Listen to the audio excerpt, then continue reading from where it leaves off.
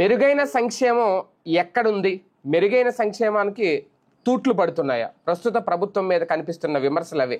ప్రధానంగా వైఎస్ఆర్సీపీ రేజ్ చేస్తున్న పాయింట్ కూడా అదే. ఒకప్పుడు అంటే దాదాపు 15 నెలల కాలం పూర్తయిపోయింది కాబట్టి వీళ్ళు కూడా సూపర్ 6 సూపర్ హిట్, మేము ఇచ్చిన హామీలన్నీ కూడా అమలు చేసేసాం అని చెప్పేసుకుంటున్నారు. అంటే ఒక రకంగా సంక్షేమం ఇచ్చేసాం, ఇంక ఇవ్వాల్సింది ఏమీ లేదు అన్నట్టుగానే దాదాపుగా. ఎందుకంటే రేపు ఆటో డ్రైవర్లు కూడా 4వ తేదీన వాళ్ళు ఇస్తానన్న 15,000 రూపాయలు కూడా ఇవ్వబోతున్నారు. ఆటో డ్రైవర్ సేవలు అనేది ఏదో కార్యక్రమం మొదలు పెట్టారు. అయితే ఇక్కడ మహిళల విషయంలో మోసం జరిగిందా? మహిళలకు గతంతో పోల్చుకుంటే ఇప్పుడు మెరుగైన సంక్షేమమే అందుతుందా నిజంగా? లేదంటే ఆ మెరుగైన సంక్షేమానికి తూట్లు పడ్డాయా? ఎందుకంటే మహిళా ఓట్లు అనేది చాలా కీలకం ఏ పార్టీకైనా సరే. ఇప్పుడు అదే చెప్పుకొని ఎన్నికల్లోకి వచ్చారు కూటమి ప్రభుత్వం. తెలుగుదేశం పార్టీ చంద్రబాబు నాయుడు గారు చేసిన హామీలకు కూడా వత్తాసు పలికారు పవన్ కళ్యాణ్ గారు. కానీ ఇప్పుడు సైలెంట్ అయిపోయారు అనేది. చాలా వరకు మేనిఫెస్టోలో ఇచ్చిన ప్రధానమైన హామీ ఆడబిడ్డ నిధి ఏమైంది? ఆ 1500 ఇప్పటి వరకు దానికి అంతు పంతు లేదు. అలాగే అప్పట్లో ఇచ్చిన ఆసరా కానీ, చేయూత కానీ, కాపు నేస్తం కానీ, ఈబీసీ నేస్తం కానీ, వీటన్నిటి రూపంలో, ఎందుకంటే చాలా వరకు పేర్లు మార్చిస్తున్నారు కానీ వీటికి పేర్లు మార్చలేదు. ఆ పథకాలు కూడా ఎక్కడున్నాయి, ఆ డబ్బులు ఏమవుతున్నాయి, కానీ అప్పులు పాలైపోతోంది రాష్ట్రం. ఈ పాయింట్ అయితే రేజ్ అవుతుంది. ఇక మెరుగైన సంక్షేమం అనేది ఇంకా ఉత్తి మాటేనా? ఏం చెప్పబోతోంది ప్రభుత్వం ప్రజలకి? మహిళలకు నిజంగా మోసం చేసినట్టేనా? ఇది అంశం మీద చర్చించే ప్రయత్నం చేద్దాం. సార్, వాస్తవానికి డ్వాక్రా మహిళల విషయంలో జగన్మోహన్ రెడ్డి గారు అప్పుడు పావలా వడ్డీ అప్పట్లో రుణాలు, తర్వాత ఆ వడ్డీ కూడా మాఫీ చేశారు 0 వడ్డీకే. వీళ్ళు కూడా మేము వస్తే 0 వడ్డీకే రుణాలు ఇస్తామని చెప్పారు. స్త్రీనిధి అన్నారు, ఆడబిడ్డనిధి అన్నారు. ఓకే, కొత్తగా అమలు చేసింది అయితే స్త్రీ శక్తి ఉచిత బస్సు ప్రయాణం అయితే అమలు చేశారు. 3 గ్యాస్ సిలిండర్లు ఉచిత, అంతవరకు చేశారు. ఇంకా వాటితో ఆగిపోయినట్టేనా? మెరుగైన సంక్షేమం అంటే గతంలో ఇచ్చిన పథకాలకు కూడా తూట్లు పడవడమా, వాటిని రద్దు చేయడమా? ఇది ఏ రకమైన మెరుగైన సంక్షేమంగా చూడాలి? ఇక్కడ ప్రాక్టికల్గా ఒకటేంటంటే పబ్లిక్ ఏం కోరుకుంటున్నారు అన్నదే ఒక అయోమయంలో ఉన్నది. ఎందుకంటే 2014-19లో చెప్పిన వాటిలో చాలా వరకు చేయలేదు. డ్వాక్రా రుణమాఫీ కానీ, 0 వడ్డీ రుణాలు కానీ, పావుల వడ్డీ రుణాలు కానీ ఏం చేయలేదో పసుపు కుంకుమ కింద ఇచ్చారు. అట్లాగే రైతు రుణమాఫీ అన్నటువంటిది కూడా నామమాత్రంగానే చేశారు. అప్పుడు 85,000 కోట్లు అయితే 18,000 కోట్లు ఎంతో చేశారు. అది కూడా స్కేల్ పెట్టారు. ఇలా చాలా తేడాలు వచ్చినాయి. అయితే వాటన్నిటి మధ్యన దాని వలన అంటే మాట చెప్పి మాట తప్పారు కూడా. పెన్షన్ అయితే పెంచారు. అప్పుడు కూడా 1000 రూపాయలు పెన్షన్ చేశారు. మళ్ళీ చివరిలో 2000 జగన్ ఎప్పుడైతే పాదయాత్ర చేశాడో పాదయాత్రలో 2000 హామీ ఇవ్వగానే ఆ 2000 హామీ కూడా చంద్రబాబు గారు ముందే అమలు చేసేశారు. తద్వారా 250 రూపాయల పెన్షన్ 2000 రూపాయల దాకా తీసుకెళ్లారు. అంటే 1750 రూపాయలు చేసుకొచ్చారు. బట్ మిగతాయి జరగలేదు. అదే సమయంలో పబ్లిక్ అయితే ఎక్స్పెక్ట్ చేశారు. ఆ కోపం పబ్లిక్లో వచ్చింది. అందువల్లనే ఓడగొట్టారని అందరూ అనుకున్నాం. ఎందుకని? ఏకంగా 151 సీట్లు జగన్మోహన్ రెడ్డికి ఇచ్చారు, 23కి పార్టీని పరిమితం చేశారన్నట్టు. అదే నిజం అనుకున్నాం. అప్పుడు కూడా టీడీపీ వాళ్ళు స్క్రోల్ చేసింది కానీ, ట్రోల్ చేసింది కానీ, ఏమని ట్రోల్ చేసుకొచ్చారు? ఇదే పాయింట్ కదా ట్రోల్ చేసింది. ఉచితాలకు ఆశపడ్డారు, ఎంగిలి మెతుకులకు ఆశపడ్డారు, రాష్ట్రం బాగుపడాలంటే ఉచితాలు కాదు, ఇట్లాంటి స్టేట్మెంట్లు ఇస్తూ వచ్చారు. దాదాపుగా 1-2 ఏళ్ళు అదే చర్చ జరిగింది. ఆ తర్వాత ఉచితాలు లేకపోతే జనం రారేమో అన్న ఉద్దేశంతో ఎవడబ్బా సొమ్మిచ్చాడంటూ జగన్ని ప్రశ్నించడం ప్రారంభించింది. జగన్మోహన్ రెడ్డి వచ్చేటప్పటికి రాగానే నవరత్నాలు పెట్టాడు. ఏడాది పొడుగున మొత్తం 9 రత్నాలు అమలు చేశాడు. అందులో రూపాయి అటు ఉందా ఇటు ఉందా అన్నది పక్కన పెడతాం. అట్ ద సేమ్ టైం తను కూడా పెన్షన్ ఇస్తానన్నటువంటిది ఏది మొత్తం ఒకేసారి 3,000 ఎక్స్పెక్ట్ చేశారు. కానీ పెంచుకుంటూ అనేది కవర్ చేసి దాన్ని 2,250 అట్లా అది కూడా ఇచ్చేశాడు ఫస్ట్ ఏడాది నుంచి. ఇంకోటి ఉద్యోగులకి మధ్యంతర భృతి ఇస్తా అన్నాడు 27 ఇచ్చేసాడు తను రాగానే. అట్లాగే వచ్చే ఒక ఏడాది తర్వాత నుంచి ఏడాదికి 12,500 రూపాయలు రైతులకు ఇస్తానన్నాడు. మొదటి ఏడాది నుంచి అది కూడా అమలు చేసేసాడు. అలాగే 5 ఏళ్ళు ఎక్కడ తేడా రాని, రూపాయి పెరిగిందే కానీ ఖర్చు తగ్గలేదు కదా. కానీ అదే జగన్మోహన్ రెడ్డి ఎందుకు ఓడిపోయాడు?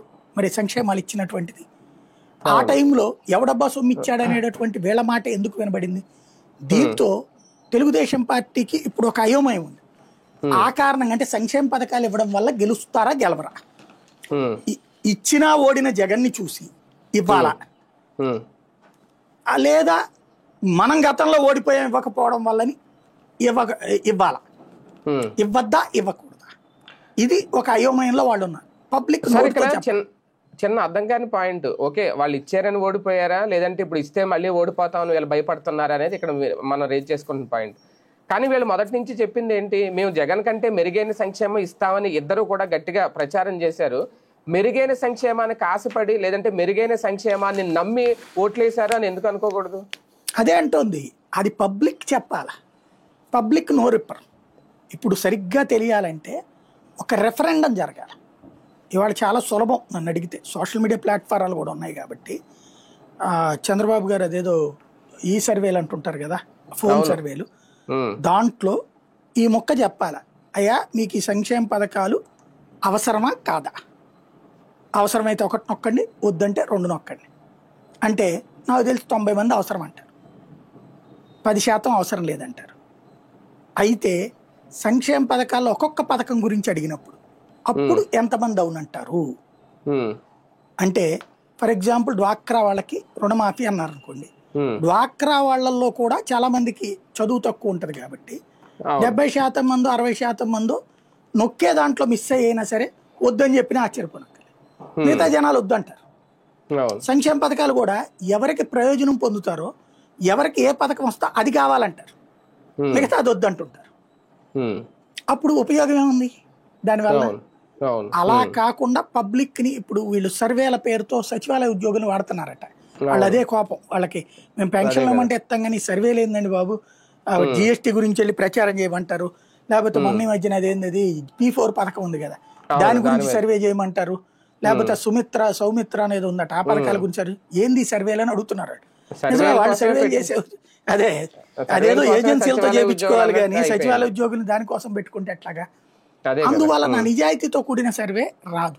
అలా కాకుండా మన ఎలక్షన్ కమిషన్ ఎట్టయితే మనకి ఎలక్షన్స్ అప్పుడు ఇవి పెడుతుంటారో బోర్డులు బ్యానర్లు, అట్లా పెట్టండి, వరుస పెట్టి వారం రోజులు పెట్టండి.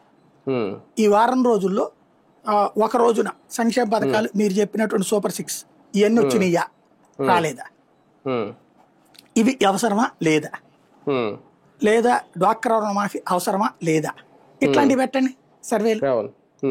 రెఫరెండం, ఇదిగో మేము 5 కోట్ల మందిలో 4 కోట్ల మంది వచ్చారు, 4 కోట్ల మందిలో మెజారిటీ ప్రజలు వద్దంటున్నారు కాబట్టి ఆపేస్తున్నాం.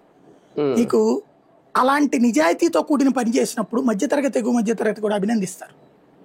ఈవెన్ పేదవాళ్ళు కూడా అర్థం చేసుకుంటారు అప్పుడు ఒకవేళ వద్దనుకుంటే.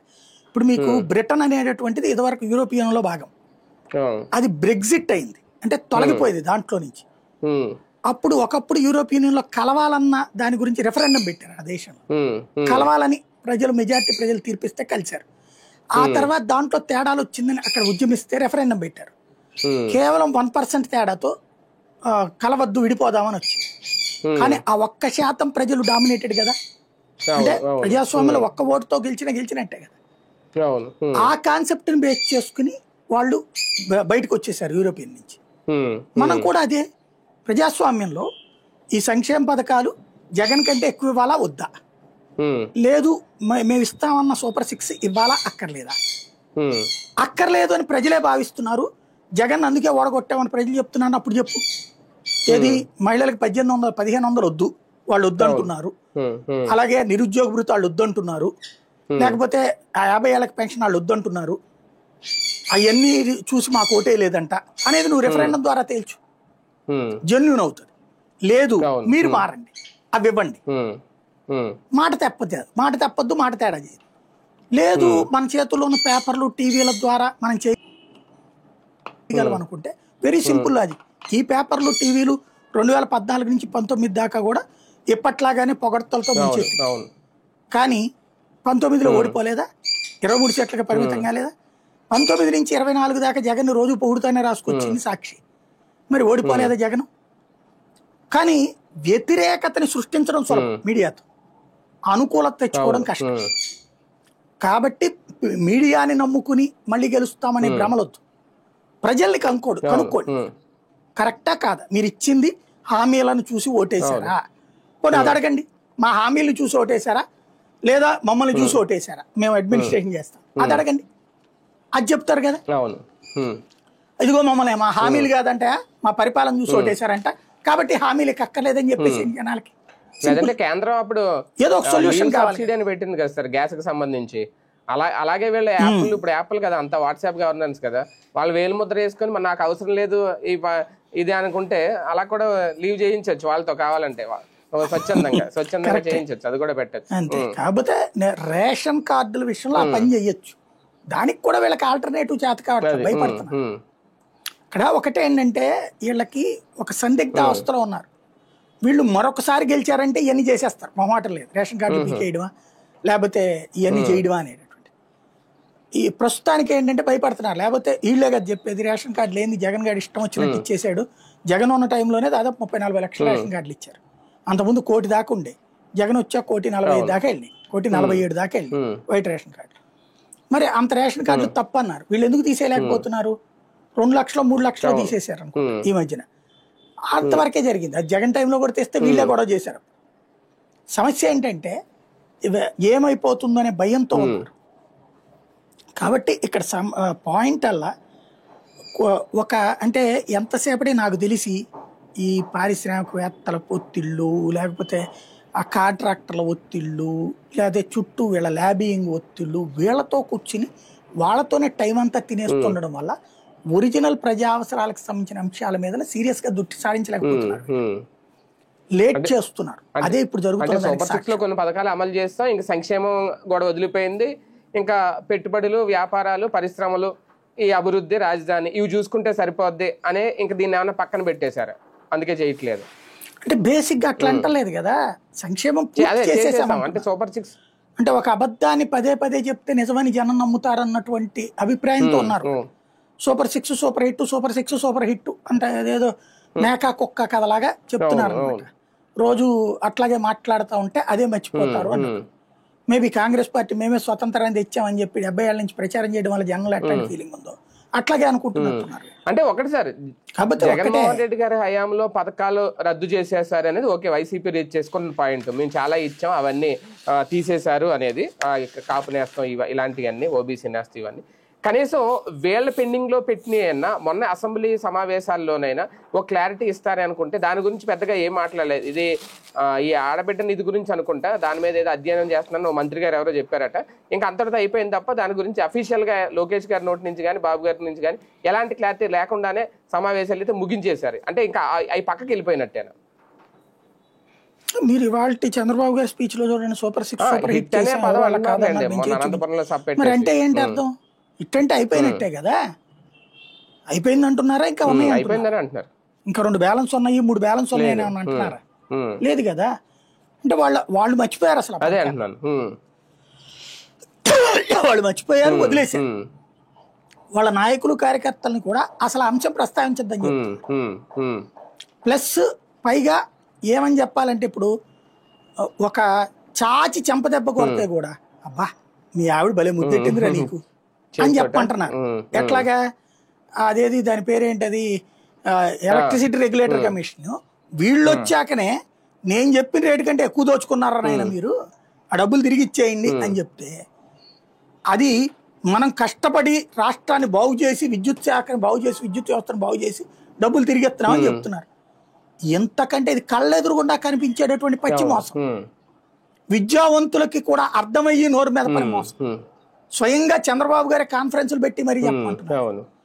అంటే రాష్ట్రంలో చదువురాని నిరక్షరాస్యులు, చదువు వచ్చి నా నిరక్షరాస్యులు, వీళ్ళిద్దరే మోసం చేస్తున్నారు అట్లా.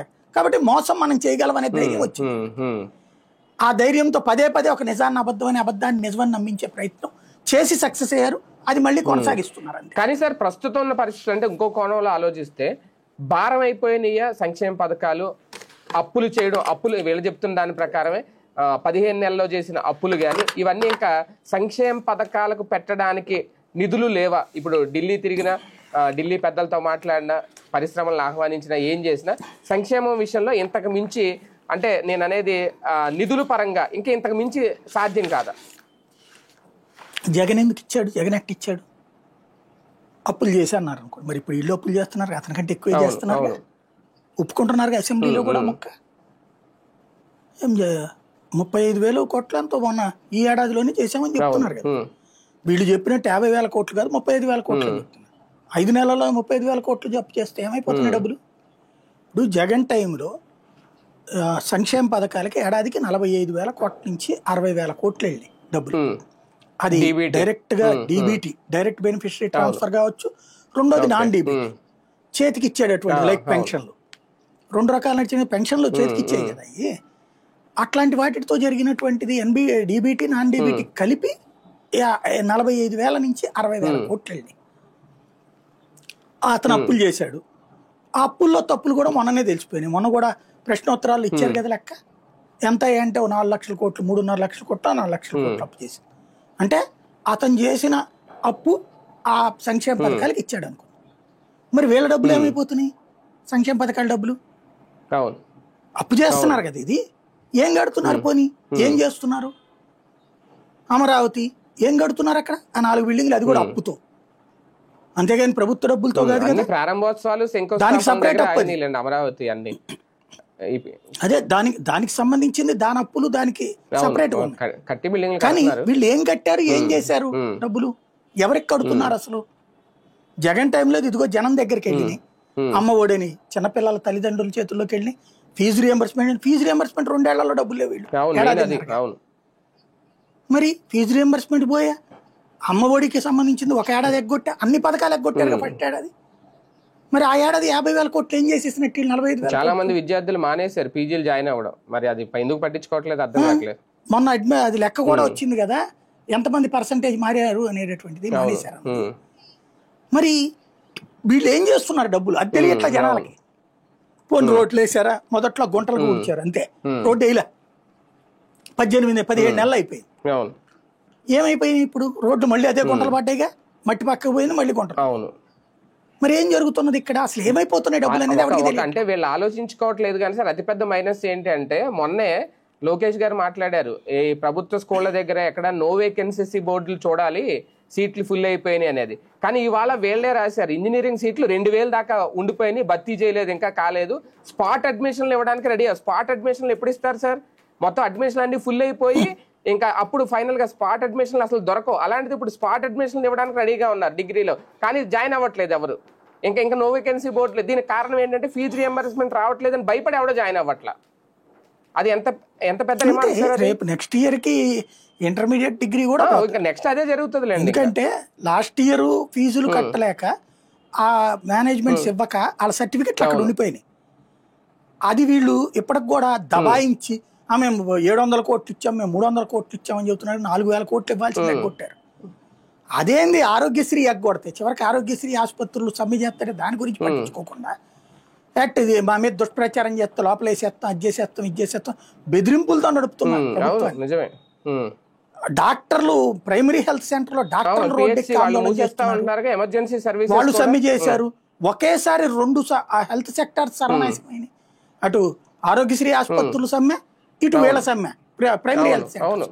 ఒకేసారి వైద్యం అంతా స్తంభించిపోతే మేము ఆల్టర్నేటివ్ చేసాంలే, ఈ డాక్టర్ కాకపోతే ఇంకో డాక్టర్ పంపించాంలే అని చెప్పుకున్నారు తప్పించి ఇదివరకు అయితే మీటింగులు పెట్టి ఆ మీటింగ్ లో సజ్జలు మాట్లాడాడు, బొత్స మాట్లాడాడు, జగన్ ఎందుకు మాట్లాడలేదు, ఇలాంటి ఉపన్యాసాలను ఇచ్చినటువంటి వాళ్ళు ఇప్పుడు అసలు కనీసం వాళ్ళతో మీటింగ్ కూడా పెట్టే దిక్కు లేదు. ఎవడు చూస్తున్నాడు అసలు? సచివాలయ ఉద్యోగులు ఎవడు పిలవలేదు. చివరికి వాళ్ళు ఏం చేస్తున్నారు? ఇప్పుడు మా ఆఫీస్కి వచ్చి తీసుకెళ్ళండి మీ పెన్షన్ అని చెప్తున్నారు. అందులో 2 జేఏసీలట. ఓ జేఏసీ ఇంటి దగ్గరికి వెళ్ళిస్తుందట, ఇంకో జేఏసీ ఆఫీసులో కూర్చునే వచ్చి తీసుకున్నాం. మరి ఏంటి ఎక్కడికి వెళ్ళిపోతున్నాం? పాయింట్ ఏంటంటే ఇవన్నీ మీలాంటి వాళ్ళు రీచ్ చేయడం తప్ప ఏ మీడియాలో రావు. అది ప్రజలకు పెద్దగా తెలియట్లేదు. అదొక ప్లస్ పాయింట్ కూటమి ప్రభుత్వానికి. ఎవరో రాయరు ఇది, ఏ మీడియా పట్టించుకోదు. అరడజన్ మీడియా ఆడుకునే ఆటలో పావులు ఆంధ్రప్రదేశ్. సంక్షేమం విషయంలో సార్ అంటే ఒకటి సార్, ఇంకో విషయం కూడా అంటే గ్రౌండ్ లెవెల్లో నాకు నిన్న కాక మన ఆర్టీసీ ఈ స్త్రీ శక్తి పథకం పెట్టిన తర్వాత ఆర్టీసీలో ఉన్న పెన్షన్లు వస్తాయి కదా సార్, మరణించిన వాళ్ళకి వాళ్ళ బంధువులకి, అది ఎప్పుడు 25వ తారీఖున పడుతుందట. ఈ నెలలో ఇప్పటి వరకు పడలేదు. 25, 27 వరకు ఎదురు చూశారు. ఇవాళ అప్పుడు 1వ తారీఖు వచ్చేసింది. ఎందుకని అడుగుతుంటే ఉన్నతాధికారులు చెప్పేది ఏంటంటే, ఈ ఫ్రీ బస్ కదమ్మా, డీజిల్కే డబ్బులు ఉండట్లేదు, ప్రభుత్వం డబ్బులు రావట్లేదు, ఇంకా మీ ఎక్కడ ఇస్తారు, ఆగండి, ఒక 2-3 నెలల తర్వాత చూద్దాం అని చెప్తున్నారట. వాళ్ళు ఇప్పుడు అయోమయ పరిస్థితిలో ఉన్నారు. ఇది రేపో మాపో బయటకు వస్తుంది. నాకు తెలిసిన వాళ్ళు ఉంటే చెప్పారనమాట. అంటే గ్రౌండ్ లెవెల్లో ఇలాంటివి చాలానే ఉన్నాయి. మళ్ళాంటి వాళ్ళు రేట్ చేయడం తప్ప మీడియాలో అయితే బయటికి రావట్లేదు. ఇక క్రమక్రమంగా ఇంకా భవిష్యత్తులో సంక్షేమం అనే దానికి పూర్తిగా ఇంక ఇంతేనా, లేదంటే ఇంకా క్లోజ్ చేసేస్తారా, మెరుగైన సంక్షేమం ఇదేనా అనేది, దీనికి ఇంకా ఒక పరిష్కారం ఏం లేదా రాదా? అంటే ఒకసారి ముందు 3 పార్టీల పెద్దలు కూర్చుని అవసరమైతే పౌర సంఘాలు ప్రజా సంఘాన్ని కూర్చోబెట్టుకుని మాట్లాడాలి ఏంటి తమ పరిస్థితి అనేది. అది మాట్లాడుకోకుండా పరిష్కారం అయిపోయిందంటే ఎట్లాగుంటది? అంటే భారంగా ఫీల్. ఇక్కడ సమస్య ఏంటంటే ఇవి ఏదన్నా మాట్లాడినా లేదా మీటింగులు పెట్టుకున్నా తాము చెయ్యలేదని ప్రజలకి తెలిసిపోతుంది. వీళ్ళది ఎట్లుందంటే ఇసుక సమస్య నాకు తెలవదు, ఎందుకు నేనేం రోజు ఇల్లు కట్టుకునేవాడిని కాదు కదా, బిల్డర్కి తెలుసుద్ది లేకపోతే ఆ పనిచేసే కార్మికుడికి తెలుసుద్ది. అప్పట్లో రోజు ప్రచారం చేశారు, ఇప్పుడు ఏం మాట్లాడరు. ఇసుక ఉచితంగా ఇస్తున్నారా? లేదు కదా, డబ్బులకే అమ్ముతున్నారు కదా, మరి దాని మీద ఎందుకు చర్చించరు? అదే జగన్ కనుక ఆ మాట చెబితే వదిలిపెడతారా? ఉచితం అన్నావు ఇదిగో అదిగో అంటారా లేదా? అతను ఇస్తానన్న రేటుకి కాదు ఇంకో 10 రూపాయలు ఎక్కువ కమ్మాడని చెప్పారు కదా. మరి ఇక్కడ శాంతం ఉచితం అని డబ్బులకు అమ్ముతుంటే ఈనాడు జ్యోతి రాస్తూ అది ఇతర రాష్ట్రాలకు కూడా తరలి వెళ్ళిపోతుందంటూ దానికి చంద్రబాబుకు సంబంధం లేదు, జగన్ టైంలో అయితే జగన్కి అంతా సంబంధం. ఇదో విచిత్రమైనటువంటి పరిస్థితి. రెండవది పరిశ్రమల దగ్గరికి వెళ్ళి ఇప్పుడు ఆ కియా పరిశ్రమ దగ్గర చుట్టూతో ఉండేటటువంటి అనుబంధ సంస్థల వాళ్ళ దగ్గరికి వెళ్ళి మీకు ట్రాన్స్పోర్టేషన్ ఇవన్నీ కూడా మా దగ్గరే తీసుకోవాలి, వేరేది ఎవరొద్దు అంటున్నారు. మొన్న మధ్యన ఆ లారీ లోడ్లను కొట్టారా ఆ జేసీ వాళ్ళ ఏరియాలో, లేకపోతే ఆదినారాయణ రెడ్డి వాళ్ళ ఏరియాలో, లేకపోతే అక్కడేమో మీ పరిశ్రమల్లో స్టాఫ్ అందరినీ చేసి మా వాళ్ళని పెట్టుకోమన్నారు శ్రీకాకుళం. ఇవన్నీ ఏం జరుగుతున్నాయి అసలు? పరిశ్రమల్లో పక్కన రమ్మంటున్నాం, పరిశ్రమల్లో మా పెత్తనం చెలాయించాలంటున్నాం, పారిశ్రామికవేత్తలు మా ఇష్ట ప్రకారం నడవాలంటున్నాం. ఎక్కడికి పోతున్నారంటే ఎక్కడికి అర్థం కాని పరిస్థితి. అవును.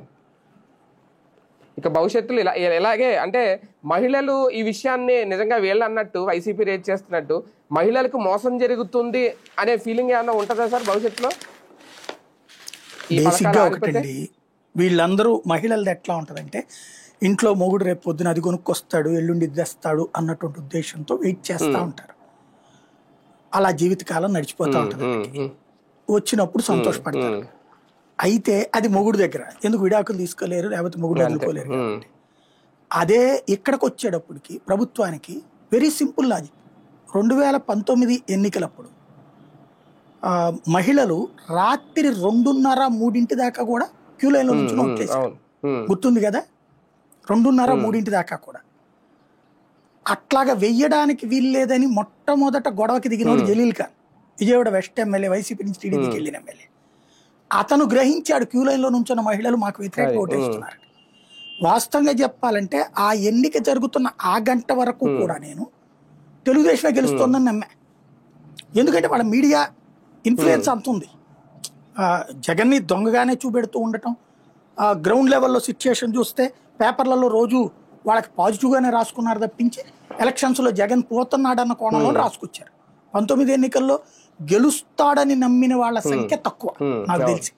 వైసీపీ వాళ్ళు కూడా ఎక్కువ మంది నమ్మల. అలాంటి అంతకుముందు కంటే ఒక 4 సీట్లు ఎక్కువ వస్తాయని నమ్మారు. ఏది కొంతమంది సీనియర్లు అసలు ఇన్ని సీట్లు వస్తాయని ఎవడూ నమ్మల. బేసిక్గా జగన్ ఒక్కడే నమ్మాడు వస్తాయని. అక్కడ ఏం జరిగింది గ్రౌండ్ లెవెల్లో అంటే నాకు ఒక్క 2 నెలల ముందు అనుకుంటా ఒక అప్పట్లో సిట్టింగ్ ఎమ్మెల్యే ఒక ఆయన నాతో ఫోన్ చేసి చెప్పారనమాట, టైగర్ మీరు అంత అద్భుతంగా ఉంది మహిళలకి అనేటటువంటిది రాస్తున్నారు, వాళ్ళు ప్రభుత్వం చెప్తోంది కాబట్టి నాకు మీరు ప్యాకేజీలు తీసుకునే రకం కాదని తెలుసు కాబట్టి చెప్తున్నాను, మీరేంటి మిగతా పేపర్ల ఇన్ఫ్లుయెన్స్ మీరు ఈ మధ్యన ఫీల్డ్లో తిరగట్లేదు కదా, కాకపోతే అసలు విషయం ఏంటంటే మమ్మల్ని డ్వాక్రా మేము కూడా ఇట్లాగే అనుకున్నాం, ప్రభుత్వం చెప్పింది 10,000 పశువు కుంకుమ ఎత్తంటే పండగ చేసుకుంటున్నారని. అది తీసుకోవడానికి వచ్చిన వాళ్ళు అడిగింది అన్నాక నాకు షాక్ అయ్యానండి. పావుల వడ్డీ రుణాలు 5 ఏళ్లలో ఇవ్వలేదు, 0 వడ్డీ రుణాలు 5 ఏళ్లలో ఇవ్వలేదు, ఇది వాళ్ళు నిలదీస్తున్నారని మమ్మల్ని, మామూలు ఏంటి అది అని చెప్పేసి. అట్లాగే సంపూర్ణ రుణమాఫీ అంటే మేమందరం అప్పులు తీర్చకుండా ఊరుకున్నాం, చివరికి దానివల్ల అప్పులు పాలైపోయాం. ఇప్పుడు అప్పులు తీర్చకపోవడం వల్ల వడ్డీ పడింది, దానివల్ల మమ్మల్ని డిఫాల్ట్గా పెట్టి మరింత బాతున్నారు మమ్మల్ని, వడ్డీలు కూడా ఎక్కువ పడ్డాయి అని మమ్మల్ని అడుగుతున్నారు సార్ అని చెప్పాడు. నేను అప్పుడు ఫీల్డ్లో ఉన్న కొంతమంది జర్నలిస్ట్ మిత్రులతో అడిగి కనుక్కున్నాక నేను అప్పుడు మాట్లాడాను మొట్టమొదటిసారి. అయితే అది ఇవన్నీ తప్పు అని మాట్లాడుకొచ్చారు. కానీ ఫీల్డ్లో ఏం జరిగింది, పబ్లిక్ రైతు అదే మహిళలు చాచి చెంపదెబ్బ కొట్టారు. ఇప్పుడు కూడా మహిళలు ఏం మాట్లాడరు. వాళ్ళు చివరికి ఆ రోజున పోలింగ్ బూతుల దగ్గర క్యూ లైన్లో నుంచి ఉన్న వాళ్ళని అడిగితే కూడా 2019లో మేము చంద్రబాబుకే ఓటేసామన్నారు. అది చూసి అప్పుడు 150 రాబోతుంది, 130 రాబోతుంది చంద్రబాబు గారు రాశారు పత్రికలు కూడా.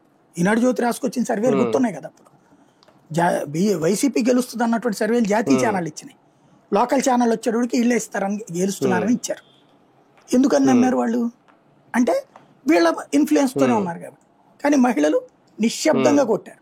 ఇప్పుడు కూడా వాళ్ళు ఏం నోరు మీద రోజు రోడ్డెక్కి గొడవలు పెట్టుకోరు, వింటారు, చూస్తారు.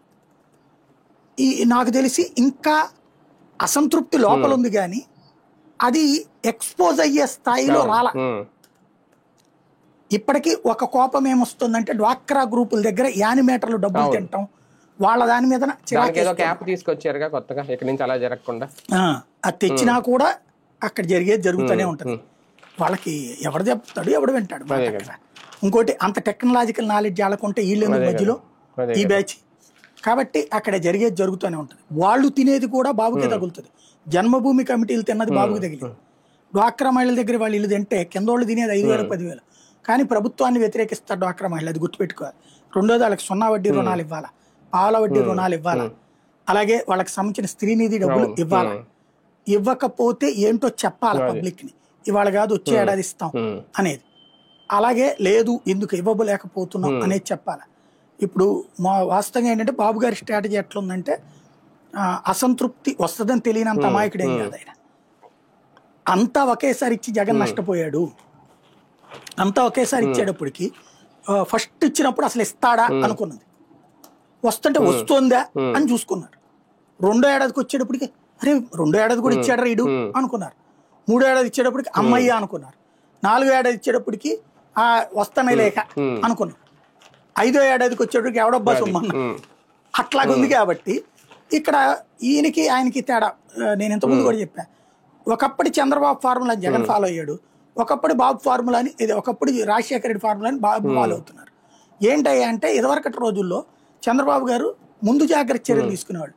బియ్యం ధరలు పెరుగుతున్నాయి, వాళ్ళందరినీ పిలిచి కూర్చోబెట్టి వార్నింగ్లు ఇచ్చి అధికారులతో పెట్టించి 12 రూపాయలకే బియ్యం ఇవ్వాలా. ఏది 25 రూపాయలు బియ్యం పడుతున్న రోజుల్లో 12కి ఇవ్వాలా, బయట బోర్డు ఎట్టాలా, సాంబాబరావు సూరి సోనా మసూరి 12 రూపాయలకి అని ప్రభుత్వ ఆదేశాల మేరకు రాయాలా, లేకపోతే మీ సంగతి తెలుస్తాం తాట తెస్తాం. వాళ్ళు సచ్చినట్టు బోర్డులు పెట్టి అమ్మారు, లోపల తిట్టుకున్నా అమ్మారు. వాళ్ళు జరిగిపోయింది. చంద్రబాబు గారికి దానివల్ల ఆ వ్యాపారం నుంచి వ్యతిరేకత వచ్చింది. కానీ తిన్నటువంటి జనం పట్టించుకున్నారు. ఆయన 2004లో ఓడిపోయాడు. అదే రాజశేఖర రెడ్డి ఏం చేశాడు, బియ్యాన్ని పెరుగుతుంటే చూస్తా ఊరుకున్నాడు. ఆ 12 రూపాయల బియ్యం రాజశేఖర రెడ్డి రాగానే 15, 20, 30, 40కి వెళ్ళిపోయింది. 6 నెలలు తిరిగేటప్పుడు 45 రూపాయలకి వెళ్ళిపోయింది. అప్పుడు బియ్యాన్ని 25 రూపాయలకి అమ్మాలని చెప్పి ఆర్డర్ వేసాడు. ఈ 45 రూపాయలకి 4 నెలలు కొన్నాక అప్పుడు 25 రూపాయలకి వస్తే 20 రూపాయలు మిగిలింది జనానికి. దాంతో అమ్మయ్య మిగిలింది. ఇప్పుడు ఇన్కమ్ ట్యాక్స్ వాళ్ళది నాకే అనిపిస్తుంది 2009 నుంచి డబ్బులు కడతారు ఇన్కమ్ ట్యాక్స్. పోతానే ఉన్నాయి తప్పించి రూపాయి మిగిలింది లేదు. ఎంత పోతుందో తెలుసు. ఇప్పుడు మోడీ వచ్చిన తర్వాత అబ్బా నాకు 2 లక్షల రూపాయలు, ఇది నాకు 50,000 మిగిలింది, నాకు 60,000 మిగిలింది, ఇది సంతోషపడ్డాం కదా. అట్లాగే ఇప్పుడు జిఎస్టీలో సంతోషపడ్డాం కదా. అట్లాగా రూపాయి పోతూ తగ్గింది అనుకోండి సంతోషం ఉంటుంది. అలా కాకుండా తెలియకపోతే అది వాళ్ళిద్దరి మధ్యన జరిగింది.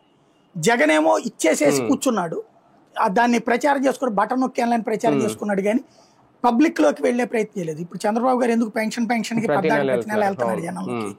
అట్లాగే చివరి కరెంటు గురించి కూడా ఇంటికి వెళ్ళి చెప్పండి అని ఎందుకు చెబుతున్నాడు ఆయన. పద్దాక జనంలో ఇంటరాక్ట్ అవ్వమంటాడు ఆయన. ఆయనేమో ఇంటరాక్ట్ ఎక్కువ ఓడారు, అప్పుడు ఈయనేమో అసలు ఇంటరాక్ట్ కాక ఓడాడు. కాబట్టి ఏది కరెక్ట్ అనేది చెప్పలేని పరిస్థితి. అయితే జనాలు మాత్రం దీన్ని తక్కువగా అంచనేస్తారని కూడా నేను అనుకోవట్లేదు. మహిళలు చూస్తారు. ఇప్పుడు మొన్నటిసారి బాగా కోపం వచ్చిన టైంలో తీసుకొచ్చి తల్లికి వందనం ఇచ్చారు. మళ్ళీ అది సెట్ అయ్యి అయినా ఇంకా కోపం పోలేదు అనుకున్న టైంలో ఉచిత బస్సు ఇచ్చారు. మేబీ వచ్చే ఏడాదికి అంటే దీపం ఒకటి ఇచ్చారు కదా, ఈటెట్లలో పెద్ద సంతృప్తి కనిపించదు. దీపం ఓ సిలిండర్ 900 పెద్ద లెక్కలో కనిపించదు, 800. అది కూడా అందరికీ రాదు, ఓన్లీ ఆ పథకాలు ఉన్న వాళ్ళకి. కాబట్టి అది పెద్దగా అనిపించదు, దాని టేస్ట్ తెలియదు దానికి. అట్లాగే ఉచిత బస్సులో వెళ్లే వాళ్ళు ఎంతమంది వాళ్ళ వరకునే అనిపిస్తుంది. వాళ్ళకి కూడా కొంత ఒక 500 రోజు తిరగం కదా బస్సు. ఏ ప్రైవేట్ ఉద్యోగాలు చేసే వాళ్ళకి అది ఓకే. అది మనకి రాష్ట్రం తక్కువ కదా, మహిళలు మనోళ్ళు ఇతర రాష్ట్రాల్లో మహిళలు వెళ్ళి ఉద్యోగాలు చేస్తున్నారు కానీ మన రాష్ట్రంలో బస్సు ఎక్కి వెళ్ళి ఉద్యోగాలు చేసే అంత మహిళలు ఎంతమంది ఉన్నారు బేసిక్గా. మిగతా వాళ్ళు ఏదో అత్యవసర పనులు అయితే తప్పించి బస్సు ఎక్కాల్సిన అవసరం లేదు. కాబట్టి ఇది విపరీతమైనటువంటి భారాలు పడలా ఈ రెండిట్లో ప్రభుత్వం. అట్ ద సేమ్ టైం విపరీతమైన సంతృప్తి కూడా ఉండదు. ఇది పర్లా బాబు గారు చెప్పారు. అసంతృప్తి అయితే రాకుండా కంట్రోల్ అయ్యింది. సంతృప్తి ఎక్కువగా ఉండదు. అట్లాగే తల్లికి వందనం వేశాక ముస్లిం సామాజిక వర్గం వాళ్ళు సంతోషపడ్డారు ఎక్కువగా. ఎందుకు 4 పిల్లలు 5 పిల్లలు ఉండేది వాళ్ళకి. హిందువులకు పెద్ద ప్రయోజనం లేదు, ఒకటే, ఒక ఏడాది పోయింది 2వ ఏడాది వచ్చిందన్న సంతోషం, ఇద్దరు ఉంటే ఇద్దరికి వచ్చారన్నటువంటి సంతోషం. అది కొంత కంట్రోల్ చేసి ఆ డబ్బులు వస్తాయి బిగిన్ చేసాడు ఈయన ఇస్తున్నాడు అన్నట్టు. మేబీ వచ్చే ఏడాది ఏమన్నా ఒక పథకం ఏది నేను అనుకోవడం 1500 ఇవ్వరు కానీ దానికి పేరేంటది 50 ఏళ్ళకి పెన్షన్ ఏమన్నా ఇస్తారు బీసీల క్యాష్. వచ్చే ఏడాది కూడా ఇవ్వరనుకుంటా నేను. లాస్ట్ ఇయర్ ఇస్తారనుకుంటా ఈ 2. లాస్ట్ ఇయర్ లో ఒక ఏడాది ముందు 6 నెలల ముందు 2028కి ఇస్తారేమో అనుకుంటున్నాను. ఈ లోపు వీటిట్లలో ఇంకా ఏదో ఒకటి ఇంకేమన్నా చేస్తారు. నిరుద్యోగ వృత్తి సార్ ఇది కాకుండా ఇవ్వరు. అది కూడా లాస్ట్ ఇప్పుడు కూడా చెప్పి చివరిలో ఎలక్షన్స్ కు ముందు 6 నెలల ముందు ఓకే అని చెప్పి 2000 ఇస్తామని చెప్పి తర్వాత 1000 వేశారు. అది 3 నెలల ముందు లాస్ట్ మంత్ అనుకుంటా 2 నెలల డబ్బులు వేశారు 2000 రూపాయలు. అప్పుడు వాళ్ళకి కూడా డ్వాక్రా మహిళలకు కూడా ముందు 10,000 ఇంకో 10,000 కూడా వేస్తాను, కొంతమందికి 20,000 కూడా వేశారు. కాకపోతే రుణమాఫీ అనుకున్న దానికి అవ్వలేదు కదా. కాబట్టి చివరి నిమిషంలో తొడతొక్కుడు వ్యవహారం కాకుండా అర్థమయ్యేలా చెప్తాను. ఇదిగో ఇవి ఇచ్చాం, మాకు ఇంత లోపం ఉంది, ఇంత లాస్ ఉంది, ఇంకా త్వరలో మేము చేయబోతున్నాం అనేటువంటిది చెప్పగలిగితే బాగుంటుంది. నాకు తెలిసి ఈ 0 వడ్డీ రుణాలు పావలా వడ్డీ రుణాలు ఇవ్వచ్చు వీళ్ళు అనుకుంటారు. అదన్నా చేస్తే బాగుంటుంది. రైట్, చూద్దాం. మొత్తానికి మహిళలు నిజంగా మోసపోతున్నారా? సంక్షేమం విషయంలో కాస్తంత ఆలోచిస్తుందా ప్రభుత్వం? వెనకబడుతుందా? భారాలు పెరిగిపోతున్నాయా? భారాలు భరించలేక ఈ కోతలు విధిస్తుందా? వైసీపీ అయితే ప్రతిపక్షంలో ఉండి ఈ పాయింట్లు అయితే రేజ్ చేస్తుంది. ప్రజలకైనా సమాధానం చెప్పాలి ప్రభుత్వం. ప్రతిపక్షానికి చెప్పినా చెప్పకపోయినా ఏం చేస్తారు చూద్దాం.